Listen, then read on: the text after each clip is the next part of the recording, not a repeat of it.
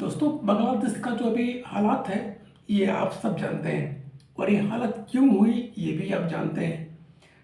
मैं आपको बता दूं कि बांग्लादेश की जो इस तरह की अभी जो माहौल है, जो बांग्लादेश में जो इस तरह के हालात है, अगर मैं एक एक लाइन में अगर मैं ये बताऊं तो इसके पीछे का जो स्ट्रॉन्ग रीजन है वो है रिजर्वेशन और अनएम्प्लॉयमेंट।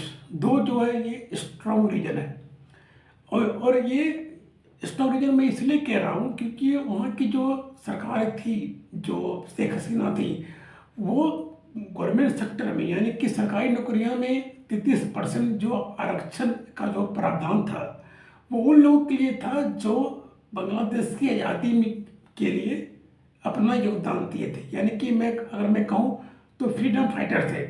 जब 1971 में जब लड़ाई हुई जो आज़ादी मिली थी बांग्लादेश को, उस दरमियान जो जितने भी फ्रीडम फाइटर थे उनके फैमिली वालों को ये रिजर्वेशन दी जाती है, जो कि 33% की आंकड़ा है। ये आपको लगता है सिर्फ 33% है, लेकिन ये ह्यूज परसेंटेज है।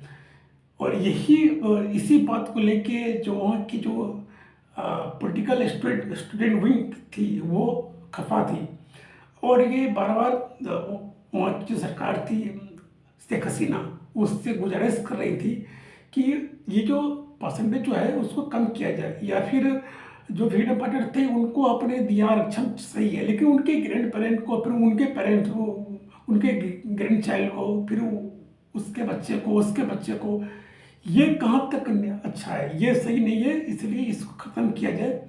लेकिन शेख हसीना इसको चीज़ को मानने के लिए तैयार नहीं थी। और हालात क्या क्या हुआ आपको पता है, शेख हसीना को देश छोड़ के भागना पड़ा। मुद्दे की बात यह है, मैं जो कहना चाह रहा हूँ ये है कि किसी भी देश के लिए ज़रूरत से ज़्यादा आरक्षण देना खतरे से खाली नहीं है। और यही हालात हमारे देश में भी है और बिहार में भी है। यहाँ की पॉलिटिकल पार्टी अपने वोट बैंक बचाने के लिए, अपने चुनाव को बचाने के लिए एक से एक आरक्षण का प्रोविजन लाते हैं।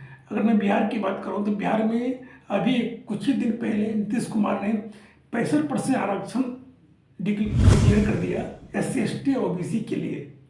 यानी कि SC ST OBC को 65% तक का आरक्षण मिलेगा।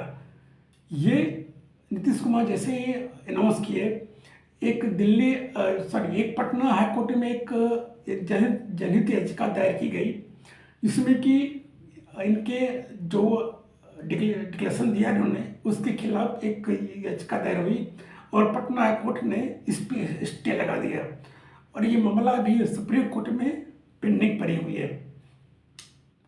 अगर हालात इसी तरह अगर नहीं रोके गए, यानी किसी तरह अगर राजनेता जो पॉलिटिकल पार्टियां हैं अगर अपने मन मर्जी से आरक्षण देते गए तो इंडिया में भी जो, या फिर इंडिया के और भी बहुत सारे जो स्टेट हैं जहाँ पे वहाँ की पॉलिटिकल पार्टियां अपनी मन मर्जी करती हैं, बांग्लादेश जैसी हालातें हो सकती हैं। अगर स्टूडेंट भड़क गया, अगर स्टूडेंट को ये लग गया कि उनके हक कुछ छीना जा रहा है, तो जाहिर तौर पे वॉकआउट शुरू हो जाएगी। तो इसलिए बिहार की जो गवर्नमेंट है इसकी भी डिसीजन को सुप्रीम कोर्ट ने भी पेंडिंग में रखा है। देखते हैं कि क्या आता है डिसीजन।